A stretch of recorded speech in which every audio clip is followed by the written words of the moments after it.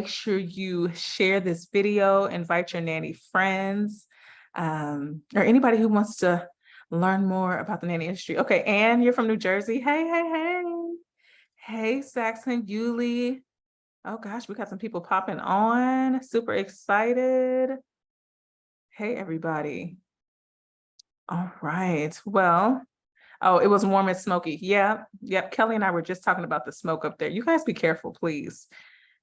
Just interesting times we're in. So please be safe. Take care of yourself. Hey, Michelle. Hey, Tisha.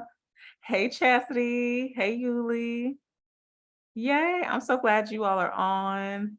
Oh, you were in Texas too. So Michelle, you know, it's super hot. Super hot. So if this is your first time watching, I am Stephanie of Nanny Teas.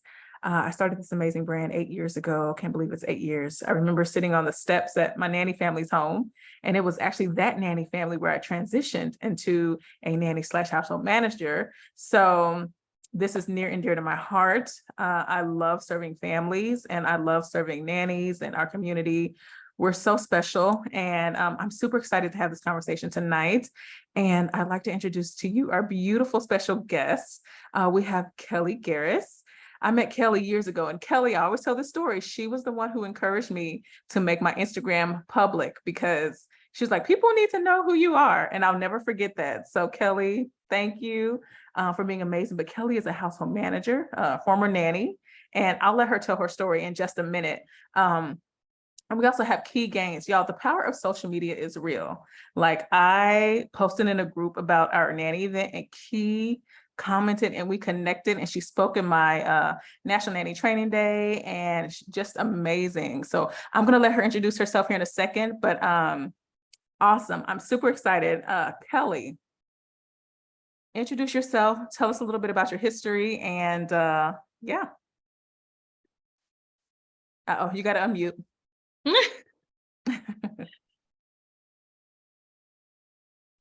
Okay, now can you hear me? Yes. Okay, so hi, I am Kellie Geres. I am a career nanny of 34 years now, and currently reside just outside Washington, D.C. I have been in my current position, it will be 20 years next month, and the road has been long and windy. Initially, when I got into nannying, I was 19. I was fresh out of high school and went directly to university, was going to study journalism, and had a really hard time acclimating from a small town, small school to the large environment of university. And so the dean very nicely took me aside and said, why don't you take a break, see how things go?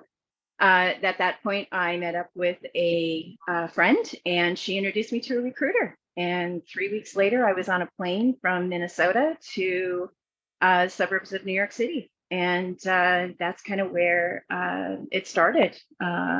I figured I would do it for a few years, go back to school. And then in 1996, I had a family member ask me, when are you going to get a real job? And it was at that point that I realized, you know what, this is a real job. And I really looked at the nannying and the roles that I was doing as a career. And from that point, it's really been, elevating my skills, educating, just growing as a professional. And now I get to kind of share that with everyone else.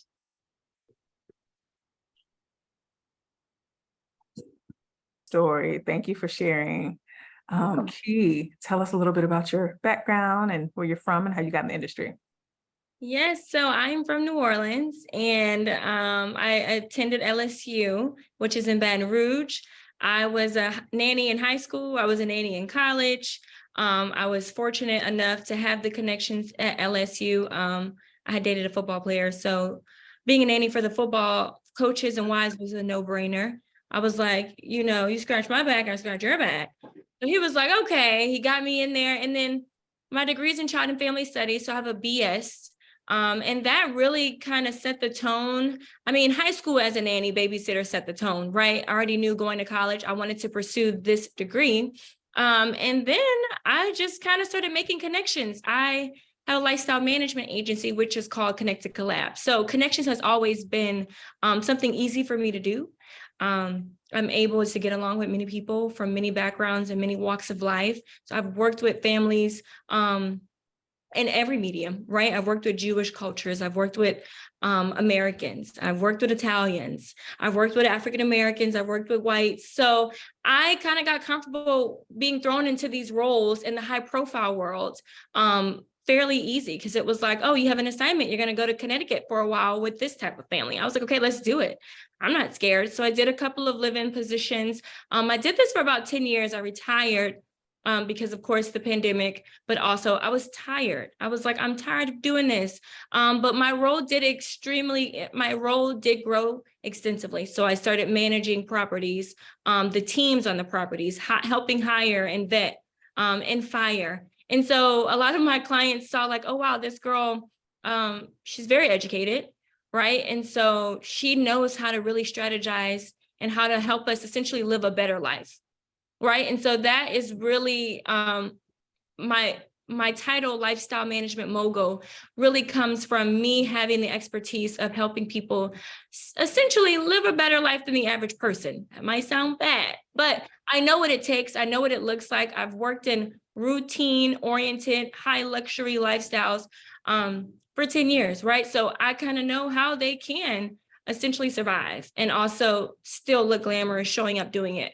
So that's what I did. And today I manage 5 estates for one client who is a very busy woman. Yeah, I would say a woman with a lot of money with a little time. That's really how I'm going to put it. And so I come in and I essentially make her life better. And also I still juggle my lifestyle management agency where I support private professionals and making sure that they're getting the best representation in the industries that they work in. So yeah. Best of both worlds.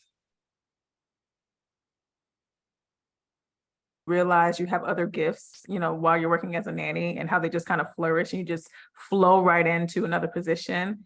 And I feel like a lot of nannies who transition kind of go that same route. So Kellie, how did you make the transition into household management? Initially, I think, you know, looking back, it's always been some aspect of the job description. I've worked for dual working parents or single parents, so they're working, and there was a need for, you know, hey, we need you here for the plumber. Hey, this is broken. Can you, you know, call and figure out how to get this fixed? And I think with every position, that role got bigger and bigger and bigger. One from just, you know, time and things that are available in the home, and the houses got bigger, and the expectations were bigger. And just also what I was willing to do and take on. I think that's a huge part of understanding what this role is as a nanny, in that when you start to do these things, you know, there's this, you see the questions in the groups, you know, they asked me to take out the trash, or they wanted me to fold the laundry, or they wanted me to take the car in for service. And, you know, that everyone is all over it, that, you know, that's not your job description. That's, you know, that's not in my job description. That's not a nanny's task. And when you start wearing the house manager, the nanny manager, the family assistant, when you start wearing those hats, those become your responsibilities. And it's up to you to determine what your boundaries are. You know, mine is I don't clean.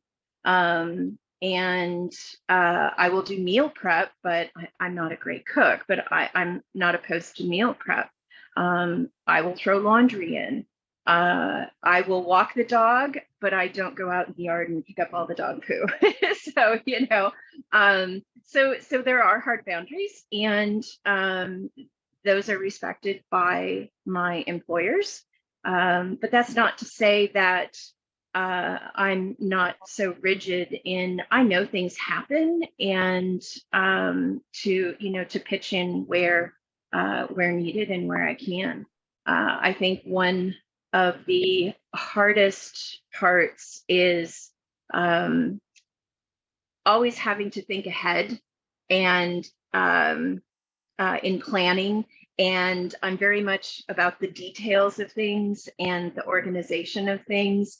Whereas, one employer may not even know what's happening next week, whereas, I've got, dates on the calendar through next year. So that can be a little challenging, but I think it's once you start assuming these roles or taking on these tasks, what I've seen over the last several years is really a defining of what the roles are. We kind of know what that nanny manager is, in that there's going to be childcare involved, but yet there's going to be some household tasks. A family assistant is probably going to be older children, where you may need to supervise or carpool or such, but they may not need the child care aspect of things. And then with the household manager, that's, you're managing, it's overseeing, staff or contractors. I saw recently somebody commenting where a house manager oversees, a staffed home.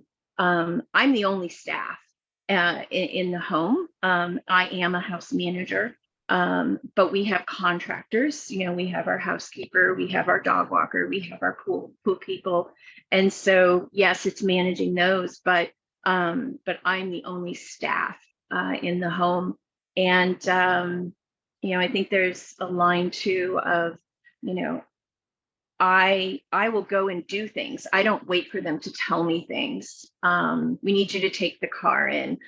We need this done. It's, oh, I made an appointment for the car, I'll be out tomorrow. Or, hey, the HVAC was here yesterday, the filters are done. So it's, you really, I think as the roles grow, you really take on more autonomy in the position.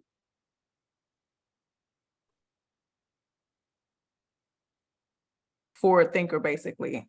You manage and you think ahead. So I think that's a big difference between nanny and and household management. The family says, hey, we want this, we want that. But the fact that as a manager, you're like, I'm going to do this. You got it. Isn't that fun? Like, I just love it. I love it. Thank you for sharing. So Key, you already told us a little bit about how you made the transition. So how did you get your first job? Fresh out of college, my first high profile job, or? Yeah, your first house management job, excuse me.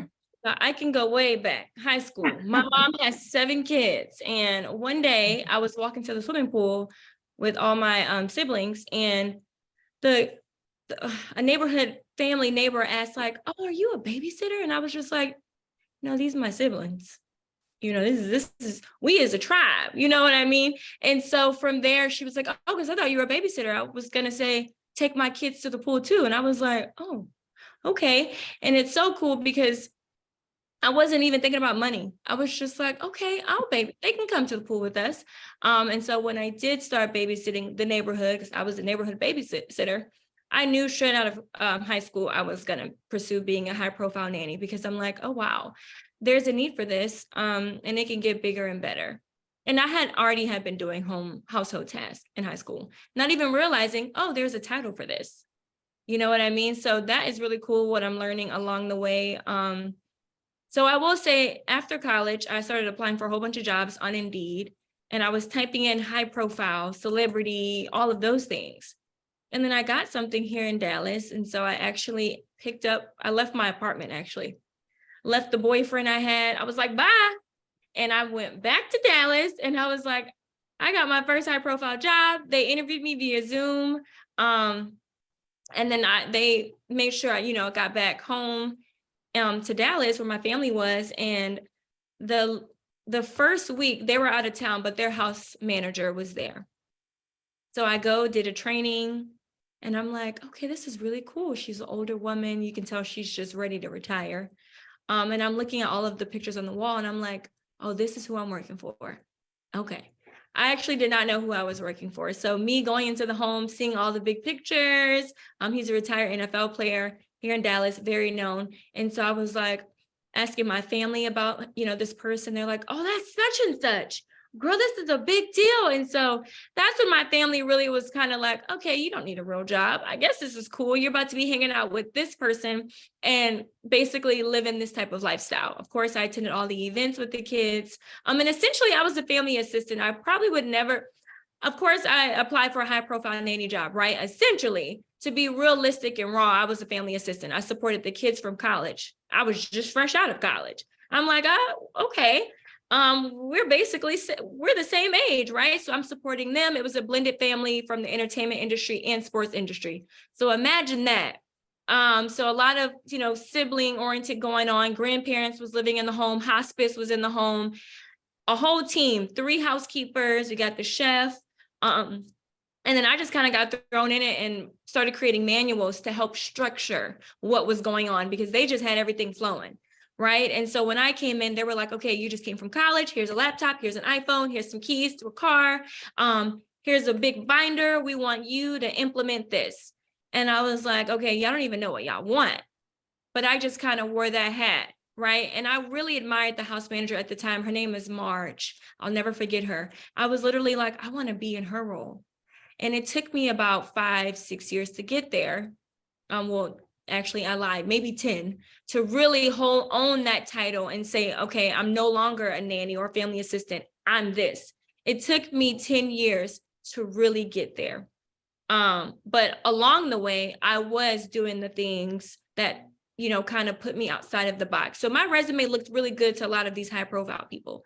They were like, okay, she's not just a nanny. She's helping with curriculums. She's working closely with the private teachers who we are hiring, to come into the home. She knows sign language. Oh, she's, she has some talent to her. She can teach our kids this. So I kind of had a whole bunch of little skills on my resume. Like I can help plan a party. They were like, oh, she's helped plan a party for 50 people. Oh, she's attended red carpet events and made sure the kids weren't just acting all out. So I like her. She has some sternness to her. And like I said, the first family who hired me, the dad asked me, what do you do if my kids want Chick-fil-A? I was like, I'll tell you something right here, mister. Your kids may not always like me, but they will respect me. And he was like, you're hired. Fly out here. We want you on the team. And I was like, what? I was dead serious because trust me, they wanted Chick-fil-A every day. And I was like, Miss Kiki has to be so mean today. Even though your parents gave me a nice big credit card with my name on it that says spend it for the kids, I have to still tell y'all no. So this is a trick. But I actually would kind of buy the high schoolers some food. I was like, yeah, you got some Chick-fil-A. One of them was in like driver's ed where he's like trying to get his license. They were planning to get him a big F-150 at his big birthday party. I was letting him drive the nanny truck. I was like, yeah, you can drive the Escalade. I'm like, please don't wreck it because I'm fired and you're not going to get your license, right? So don't wreck it. So I would do stuff like that. And that's really how I built those relationships with each of the kids from high school to like elementary. I just figured out like what it was that they needed in those moments. And I built that rapport. And that's really important when you're working with high profile people. There's always gossip pages, gossip blogs going on. So you really have to come in and show them that they can trust you. And that you're just not a stranger in their home. They don't even want a nanny. I was like, don't even call me your nanny. So when they would see me, when their friends would see me, I'm like damn near their same age, right? So I was like, just say I'm Kiki. I'm like, just say I'm, and they would be like, oh, this is Kiki. And then their friends would be like, oh, okay. She like watching us. And they're like, she's just hanging out. And I'm just like, I'm just hanging out. You know what I mean? I'm just hanging out. So that is how I got my first role. And that's how I morphed into this lifestyle management mogul. I wasn't afraid to wear the many hats. And like you said, Kelly, people are always, I'm a board member for a board called Ease Makers. And they're always in there asking questions. Should I be doing this? Should I be doing that? And I said, honestly, if it's a boundary for you, don't do it. For me, I was like, nah, I can see what I can get out of here. So, you know what I mean? I'm going to do what I got to do to get to where this house manager is at, because this is who I admire. So how do you get to where you want to be? That's what that's what we really should be telling the nannies who come to us. If you don't see yourself in this role long term, figure out how you can get to where you need to be when working with that family. And then you got it. It's that simple. Yeah. And how you all just I evolve the know. roles is just fantastic. I love that. So you said something really good about creating manuals and systems. Let's talk about that really quickly, because a lot of families require a lot. And so how do you structure the day? How do you structure the house? What has worked for you? Are we talking about from the nanny side or the house Manager side. And then to add to what I just ended off saying, you have to remember when you're working for families, there's nannies who work with the family until they get married, right? And then until they essentially have their own family. Their kids are going to grow up. So figure out how you can diversify yourself while you're in that nanny role. They're going to not need you eventually, because little David is not in a Montessori school anymore. He's in 5th grade, packing his own lunch, tucking his own stuff into bed. So diversify yourself. How can the family keep you around? Essentially say, oh, we really, really need her around. She can even occupy David's time when he's bored, right? He doesn't need to be rocked to sleep. So but to get back to what you were saying, organization is always key. And one thing I've always noticed is the clients I've worked for, they don't have it. They don't even know how to grasp the idea of organization. So that's really how, I can honestly go in Google Docs or a Word document and type up something for a client that I want to hire me. After I assess their situation, their lifestyle, where they spend most of their time at. Okay, I automatically know you spend most of your time here, we'll have a housekeeper on site at least twice a month, right? And I'll make sure you have a groundskeeper. So that's someone to come out to, part-time, full-time, to pick up the things that you don't want to deal with, like dog poop. You know what I mean? So essentially coming in and creating something for them to make them be like, wow, you're right. I do need this. And so my client actually has 5 properties. She spends her time majority at 2. One where she raised her son, that's like the family home. And then a place here in Dallas. And she has a beach house. I guess she's there 30% of the time, but heavily the 2 locations she's always at, I'm always boots on the ground. I always know, oh, she just texted me. She says she's about to go here for the weekend. I'm already texting the groundskeeper or on the phone with him saying, hey, is everything good over there? Make sure we have some dog food. They're flying in, her and the dog. And so just forward thinking and organization is how I operate in this role.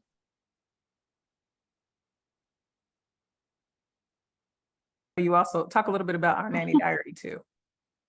Yeah. So, but no, just kind of pigging back on what he said is, it's that forward thinking. And while you may be the point person, the head of things, a lot of it is building those relationships with others. And so knowing that, you can call that groundskeeper at any time and, say, hey, change of plans, and, that they're ready to roll with things. So it's really establishing those relationships and, having it with people you can trust and rely on. So completely agree with that. But yeah, putting things into place, everything's evolved. I'm a huge proponent of Gmail and Google Drive. And, if it's creating one central email that you use for the home, for the family, and everything kind of, runs through there. You keep track of accounts, you have photos and documents and receipts and warranties and everything within a Google Drive, because you can access that anywhere. If you're, in property 1, property 2, property 3, it's all there for you, and you can share it with anyone who may need access to it as well. But thank you for the shout out for our nanny diary. That came about as Sue Downey and I created it. And, we are both, with our house management backgrounds, is, there's a need for these tools, be it packing lists or daily schedules or menu planning or petty cash sheet, an emergency contact form. And so our nanny diary has just evolved over the years of these communication journals. When you have 3 or more adults in a home and you've got 2 or 3 children on different types of medication, or they all get pink eye, or whatever, oh, did you give Jack his drops? Did you give Julie her amoxicillin? So our nanny diary is just came about as a way to, I guess, enhance and improve the communication between nannies and families. And just over the years has evolved into so much more. One being the house book, which we just took basically, if we walked into a home and there was nothing in place, here's what we would want. Where's the breaker box? Where's the fire extinguishers? What's the code for the alarm? Where is this located? Where, who's your electrician? Who's your plumber? Who's, who does your alarm? All of that. So yeah, that's what exists now, and we're very proud of it. And the nanny community as a whole has been very welcoming of it. So thanks for the shout out. You're a household manager. Yep. Awesome. Y'all, if you have any questions, please post them in the chat box, and I'll be sure to keep my eyes open so that we can share them with our guests. So share some tips for nannies. I know you've kind of talked about it before, but for nannies who are serious about making the transition, what would you tell them? Don't be afraid to wear other hats. Even in corporate. Okay, corporate's a little different, right? Because this is corporate. They ain't gonna promote you that fast. But as a nanny, you can't be afraid to wear other hats, because you never know what it can do for you. It may not cost for a promotion or a higher pay. You may end up running into another client, or you may run into another agency, another position, and you see like you've built those skills that this new family's requiring.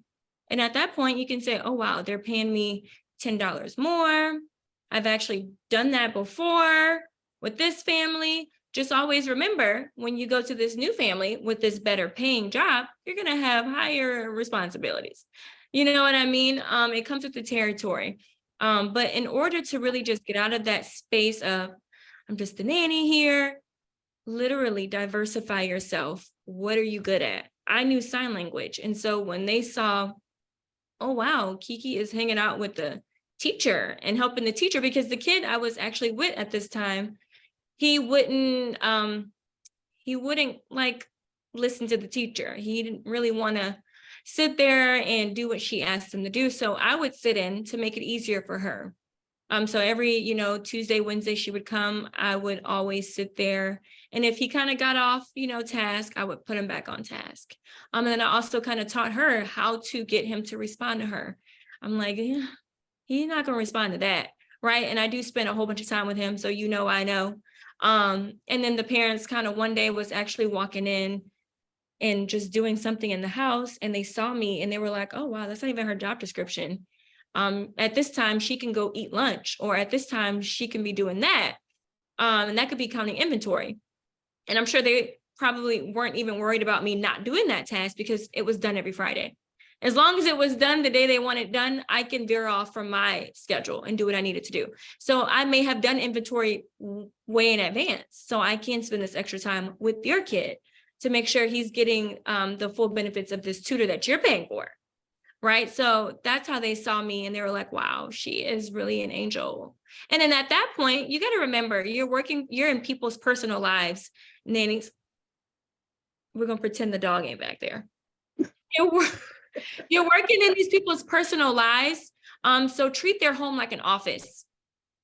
Always treat their home like an office. Because you're in their home. So that means the energy that you would bring into an office setting, the happy, even if you just had a whole blowout with your family or boyfriend, or best friend, walk into their home with nothing but beautiful energy. And that's also a plus for the family because you're adding to their family. You're adding to their aura and you're leaving them better than you found them. So don't be afraid to wear many hats and always carry that good energy with you. And that's something I did, even though I would probably be going through it. Fresh out of college, trying to juggle adulthood and date someone long distance. I literally went in there every day with my head high and just smiled and just gave it my all. And then I left and I can take off my shoes and, kind of relax. So.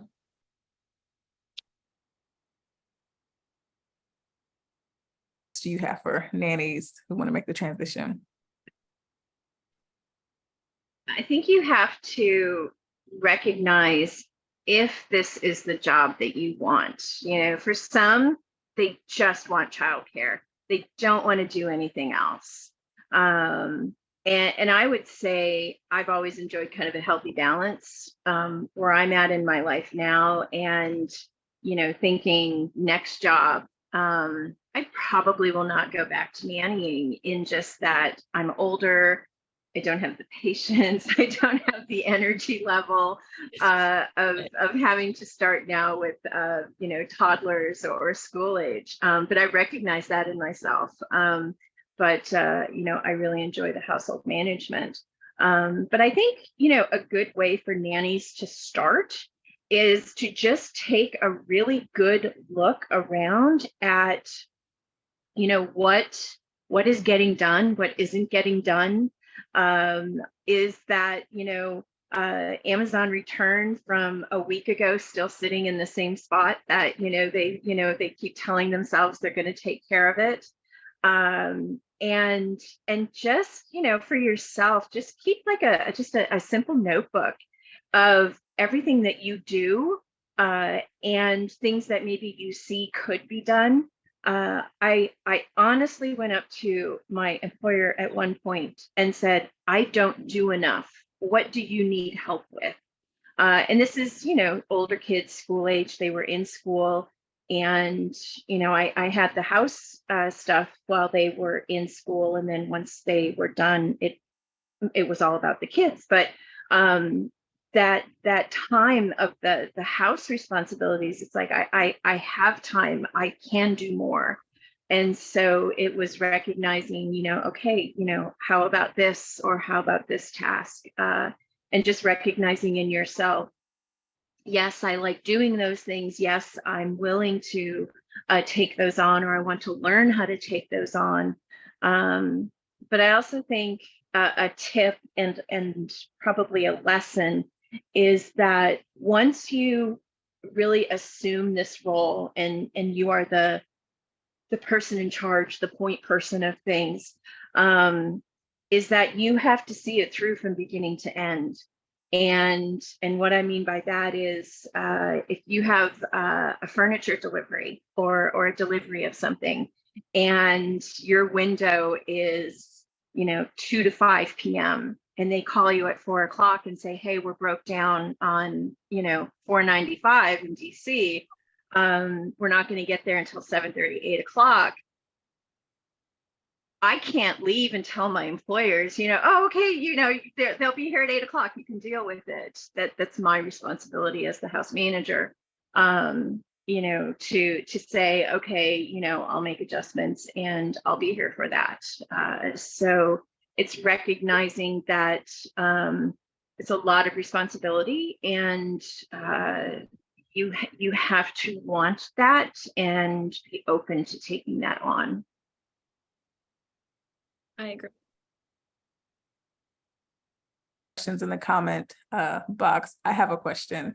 What's one of the most interesting things you've done as a household manager? Like a weird task, just weird. I'll tell mine after y'all get done. Kellie, you go first. I go first. I would say a few. I've worked for divorced parents, 2 families now, and so a lot of back and forth on those. I had to take the kids out of the house when the dad was threatening to come and take the kids, not on his watch. So I had to remove the kids from the home. And I would say initially, and this is a lesson too, with each job that I've had, the net worth has gotten more and more and more with each position. And so in one of the higher positions, it was new to me. I was told take the Porsche and get it serviced. And to me, it's just, okay, I'll take the car and, it's an oil change, whatever. So I pull up in this Porsche and I'm thinking it's, pretty cool. And I'm driving this really cool car and pull up to the service desk. And I'm like, I'm here for so-and-so and for their service. And he's like, okay, that's going to be $660. And I'm like, it's an oil change. And he looks at me and he says, it's a Porsche. And so to me, I can't imagine spending over $600 on an oil change personally, but I had to call the employer and just say, it's $600. And he was like, and it has to be done. And so I realized then, okay, I know kind of, if it's $600, just go ahead and do it. If it's X number of dollars, hey, I need to run it by them. So it was kind of a learning curve of figuring out, kind of what can I spend money on and what can't I spend money on, or what do I need to get approval for versus, yes, just go ahead and do that. But yeah, that was always just kind of that was a learning experience for me, for sure. Love I it. don't really know. I've worked for divorced parents as well, or no, I've worked for clients who were on the verge, and I've definitely had to remove the kids and myself from the room, because this is awkward. So I've been in some awkward situations. I just have learned when to insert and remove myself. I'll say that in that aspect. I worked for a bridal boutique owner. She owned some boutiques in like Manhattan and London, and she was washing gowns at home in her wash machine. So I actually helped her one day. She was nowhere to be found. The gown was done. I took it out and hung it up because I had saw her little technique. You got to get it how you live. So I'm like, okay, she's bringing them home. She got to make her money to pay the bills and pay me. So I'm gonna help her. So the gown was in the washer, and I like took it out and like hung it up. And I was like, I'm gonna help out here. I would say that's probably one of the most randomest things I've ever done that was way out of my job scope, right? Because it had nothing to do with the kids. And that's something I wasn't afraid to, and so she ended up coming home probably like 2 days later and was like, hey, I saw you, you moved that dress. And I was like, yeah. She was like, thank you. I was like, you're welcome. So I'm sure in her head, she was like, oh, I like her. I like her a lot. Just paying attention to details. I mean, Yeah. I have another one. I had, and this was in the last few years, my employer gave me a handgun and said that the sight on it was broken. And so he was sending it back to the manufacturer for repair. So could I please take this to FedEx, and here's the paperwork for it. And I needed to send it via FedEx to the company. And so me just being, oh yeah, sure, it's on my way and whatever. And so I'm driving with this handgun next to me on the seat, and I'm driving by the state police barracks, and this thought just went like through my head, was like, oh my God, I'm driving on the road with a handgun. And I was like, if I were to get pulled over or something were to happen, it shook me. And I finally made it to FedEx, and filling out the paperwork, putting it in a box, and he's like, well, what is it? I'm like, well, why do you need to know? He said, oh, we need to know what we're shipping. I said, well, it's a handgun.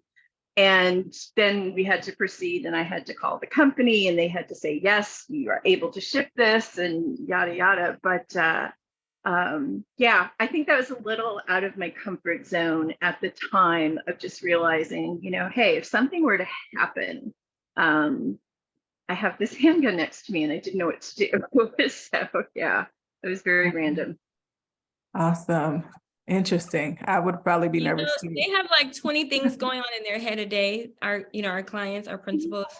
Yeah. So he wasn't thinking. He's like, hey, take my gun. I'm sure he was not thinking.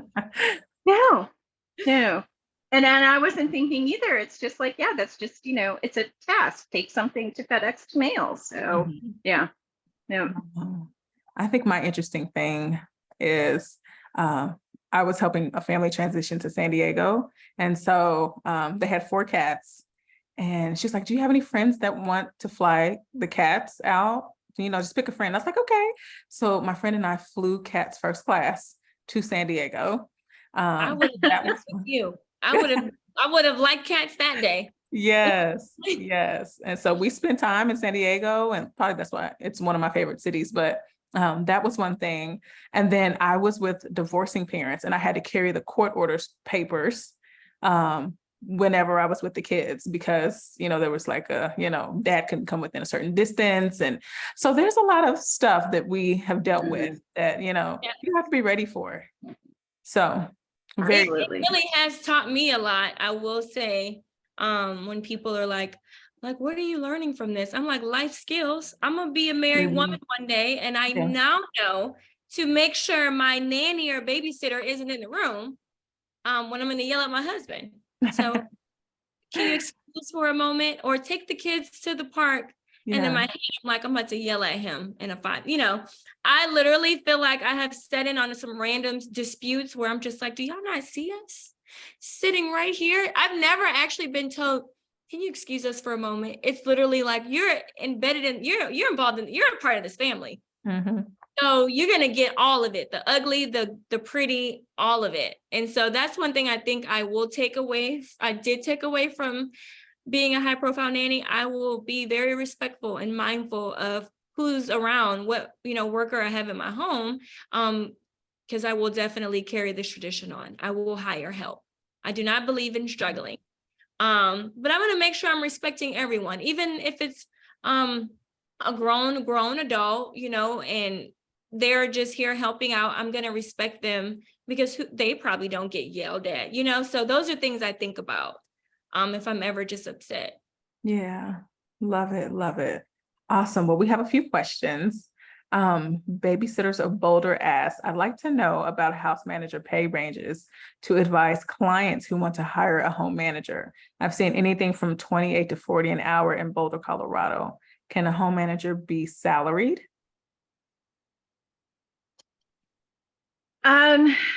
I've heard yes, but I would say no. I think there are circumstances that when it strictly is household management, there is an option to fall under salaried, but I would make sure that you talk to a tax person on that to find out the specific parameters of it. And I think also, there's this whole, and I think he can talk too, you can get paid by the family's company because when you are of a certain high net worth, ultra high net worth, high profile, they have family offices and such. And so they're set up in a different way. And so when you see somebody saying, oh, they want to pay me through their company, well, the company may be the household office or however they structure it. And that is legal. But it's just a different way of doing things. But it is legal. Yep. I think that's honestly one of the most stable ways. Yes, pay me through your company, because I do not trust cash payments or PayPal, none of that, because I need to see it, coming in consistently. Well, nannies can't be paid through a company, well, unless it's a family office. But if you're just talking the average, if they had a company, unless it's a sole proprietorship. So there is a way with that. But, for the average nanny that's in kind of this role working for someone within corporate, can't be paid through the company, but definitely within the high net worth and above aspects of things when it comes to family office. Yeah. Got it. Is there a pay range you all recommend. And of course, it depends on location too. No, I was gonna say, I'm not sure, it being there. Yeah, in Boulder.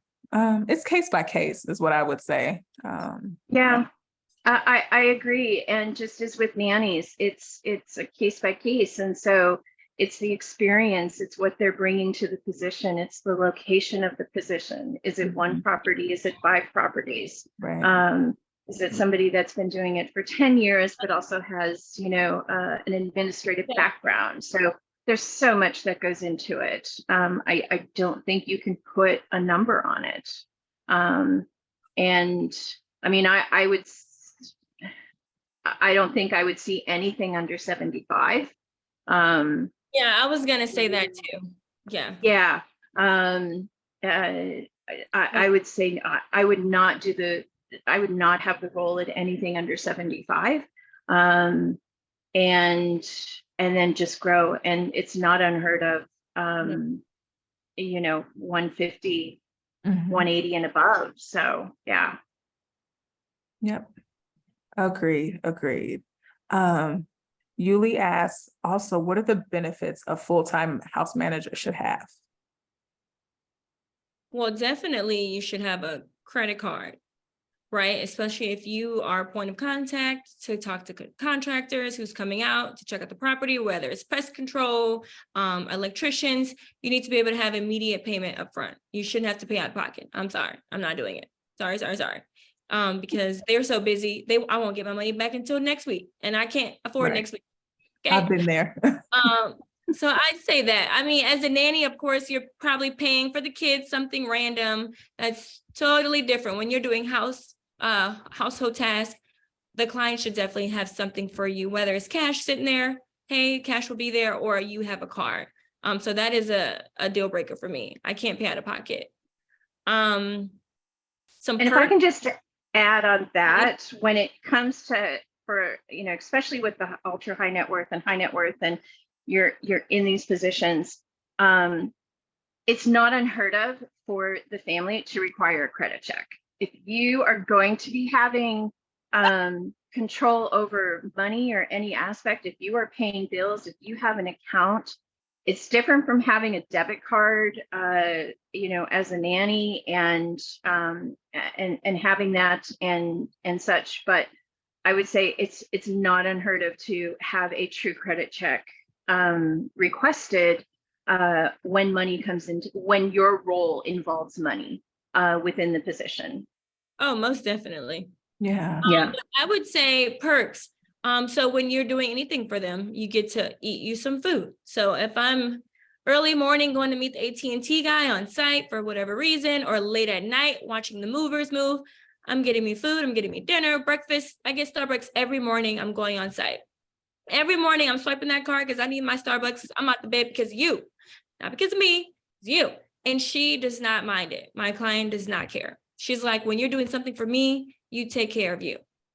I actually had to get some carpets, some rugs washed. So they had to get picked up. She has like really expensive antique rugs, carpets. And so I ended up taking them, bringing them to my apartment. And then the woman was like texting me, quoting me. And then I said, I actually have a rug. It ain't antique, but it's a nice big rug. And so I text my client, and I think she probably like owed me some money for paying the housekeeper, or she forgot to leave the housekeeper money. She was like, hey, I forgot to leave the housekeeper money. Can you pay her $200? And I said, well, I'm actually going to get my carpet washed and my kitchen carpets. So don't worry about paying me back for the housekeeper. I'm going to just put it on the card. So those are things those are trusts that we've built. So I kind of tossed in my rugs and my carpets along with hers, and it came out to be like $150. So that was perfect. So she only owed me $50. So then I ended up getting my hair done, So I was like, don't worry about the other $50. I got my hair done. And so those are things that we built that trust and that connection. I'm going to always let her know. She's going to be in the know when I'm swiping the card, especially if it's a high purchase. Yes. And Yuli, I was going to answer that same thing. So like paid time off, sick leave, health insurance, gas reimbursements. If you're driving your car, some families will give you a car for work. Gas. Oh, yeah. I Always swipe my card for some gas. I am driving for you. But PTO is a little weird, right? I'm gonna say this because I've been in the business for so long. I don't know if I even have PTO in my contract, which is bad. I probably do. It doesn't matter. Why? Because I'm 24/8. So whatever I need, if I need a break, she's going to give me my break. If I'm like, hey, I'm about to go, me and my boyfriend to a cabin for a week or two, she's not going to care because we built that trust, that rapport, and whatever in the contract really doesn't matter at this point. But I will say the standard, right? At least 3 weeks off. However, some people have it to where you have off when they have off. So if they're gone like every summer for the whole summer, well, kudos to you. That's more than 2 weeks, right? So I have the whole summer off if I really wanted to, and then whatever I need off. So those are things you should definitely just make sure you state in the beginning. So I had an understanding with her like, hey girl, I am a lifestyle manager. I know I can be 24/8, right? So in that way, I know you're going to give me my time if I want to be off 24/8. So that's the communication we kind of had in the beginning. And then 401k and then health, all of the things that you may need. Agreed. And some families will give gym memberships, club memberships. Yes, especially if you're chasing their kids around. Yeah. You deserve a gym membership. Awesome. Awesome. Okay. So Chastity asks, what are some downsides to the position? How is the work-life balance? I got something to say real quick. I'll let you handle that. Yeah. My last house manager job, I was exhausted. I was so exhausted just working sun up to sundown. And I eventually had to tell, we lost Key. I eventually had to tell my mom boss, like, hey, I'm exhausted. Can we hire backup because I'm just tired? And it's because I didn't know how to set boundaries. I didn't know how to say no. And I just worked myself so hard that I literally had household staff because I'm like, I'm not cooking, I'm not cleaning. I needed a nanny for me. And so if you're not careful, you can overwork and your life can become their life. And so my biggest takeaway is to always set the boundaries, always have a contract, always be honest if you're tired. And if your family really loves you, they'll understand. Like that mom boss, she understood. So they brought someone else in to take over on Tuesday, Thursday afternoons, just so I could just breathe. So again, it's case by case, but be honest about your life. If you want a life, don't take a job that requires you to give up your life. Or you can talk yourself like, hey, I can work this amount of hours. How would you feel about hiring a second household manager or nanny, somebody to kind of, offset the hours I can't come? And some families may be open to it. So that's my biggest takeaway is to set the boundaries, be honest. Don't be afraid to say, no, I can't do it, but I'll help you find a backup. Like I had friends back up for me and they loved them. So definitely speak up and set the boundaries. I agree with that. I think for me, I was always like, yes, I can take care of that. And, I'll take care of that right now. I'll get right to it. Mm-hmm. And it took a long time, but it was like, no, you know what? I'll have that done by Wednesday, or it's on my list to do this week. And, unless it's something very urgent or pressing or something, which again, I can be very flexible. But for just that mental health and the boundaries, just being able to say, you know what, it's on my list, it will get done. And I'm a huge list. I have digital calendar, I have paper calendar, I have notebook. If it doesn't get written down, it doesn't get done. Okay. So yeah. And I think there's just, I tell myself, I find it very hard to relax and just shut down my brain, in that there's just so much going on. Just remembering, like, I'm always thinking like, tomorrow, next week, next month, what's going on. So it's that mental exhaustion sometimes. And for me, it is, just I probably take a good weekend every month. And just get together with friends. I've been known to just go to a hotel and just hole up in a hotel and watch horrible TV and sleep. So just being able to kind of just recharge, and also just having a really good core group of friends who get it. I know we say that, we all sign NDAs, and, we all have to be, careful and can't, divulge certain things. I have one person that I can do that with, and I'm her person too. I think everybody needs a person. There's, you just can't keep it all in, and that's also something that you need for your mental health. That is so cool. I definitely, to this day, when I'm in my board committee and I'm listening to people share their issues, and it's a safe space, right? I didn't have that. And so now I'm just like, I'm an advocate for it, of course. But of course, back then I was like, oh, I have NDAs. I can't really tell my friends too much. So I didn't have that. I used to literally be like, where are the people like me? And I started seeing actual double nanny jobs, dual positions. I would see like jobs like that for like 2 nannies to come fly out. And I would be like, oh, I'm applying for this. I want to have a nanny friend. I would never get them, but it's cool. I literally was always by myself. And now that I look back on it, I'm like, okay, I kind of have a really thick backbone now. And now I'm in a place where I can kind of pay it forward. So I'm like, hey, this is how you should handle these things. You definitely have to trust the person that you are sharing things with, and make sure they're in the industry, because no one will get it. You can talk to anybody, they won't get it. It has to be somebody in the industry. So I'm really glad that I am finding those communities, and that those things are being created, like your nanny diaries. That is super cool. I think I've come across that before, way back in the Gap. So that is so cool to hear. You are the woman behind it. And I think, you touched on, it's the communities. I've been doing this now for 34 years. My background is nanny. That is always going to be a part of who I am and who I was, and just it's in my roots. And I am a longtime INA member, was on the board of directors, just heavily involved, volunteering, and still do things to this day. And then when DEMA came about several years ago, it's now folded, but now we have Easemakers, and we have the celebrity, the one that had the virtual conference in January, and we've got the Private Service Alliance. DEMA for me came at the point where I was really, truly taking off the nanny hat and putting on the household manager hat full time. And I always say, whatever event, whatever group, if it's a networking group, a local group, if it's, something you find online,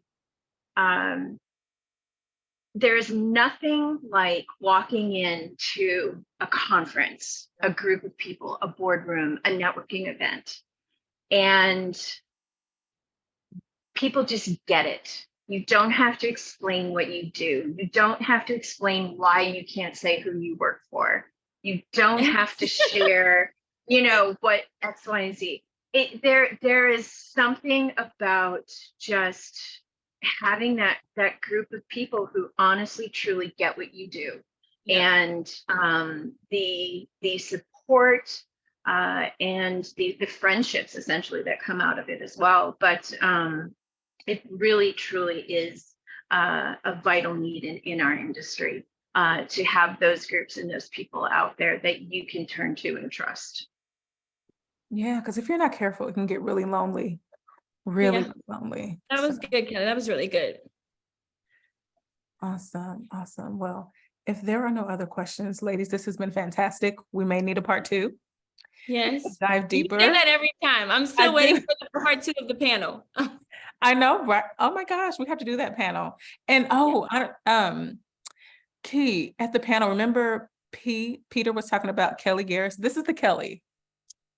Oh, well, hello. Yeah. This is the Kellie. I love Peter. I invited Peter into Easemakers. I was like, Peter, you have to join my board. You have to join my, and I tell you, he has literally just made so many people, he's helped get jobs first and foremost, but he has just made so many people feel so much more better about what they're doing. He He is amazing. honestly was the turning point for how I look at my role as a household manager. I took one of his very first in Baltimore when he did it with Andrew Lowry, and it truly, truly shaped how I look at this role in this industry. Yeah. Yep. I needed Peter really quick. I know we're past time. I needed help creating a manual or a score sheet for housekeepers. I was like, I've never done this. I have to create a score sheet so that housekeepers can score themselves every day, every week. And I'm like, Peter, I need your help. He was like, I don't know, I'll help you, but I know where I can, direct you. So he directed me to somebody, and she sat on the phone with me and literally helped me create this whole thing. She even sent me something. I can't think of her name, and I'm so upset. That's bad. She sent me something, and it literally helped me create what I needed. And I was like, Peter, I'll never forget you. I was in a panic. It was actually due like in 24 hours. And so, oh my gosh. But shout out to Peter. I'll never forget him. Definitely. Awesome. But thank you so much, Stephanie, for having me. Thank you so much. Yes, I'm so glad that you were able to join us tonight. This has been fantastic. You're getting great comments in the comment box. Oh, I'm missing it. I was literally like, why we can't see the comment? Yes. But you all, thank you so much for joining us tonight. This has been great. I've learned some things, and it's just awesome to hear everybody's different stories of how they transition into roles. Like, it's so cool. There's no industry like the household staffing industry, like nothing like it. It's great. I love to be a part of the private sector forever. Yeah. Literally. It's fun. It is fun. So thank you ladies so again. much. Kellie, it was nice to finally meet you. Nice to meet you as well. Thank you. Thanks for having me. Well, we will see you all next time. I can't wait to see this go up. Yes. We're going to go up and keep the conversation going. So thank you, ladies. Talk soon. Okay. Bye, everyone. You.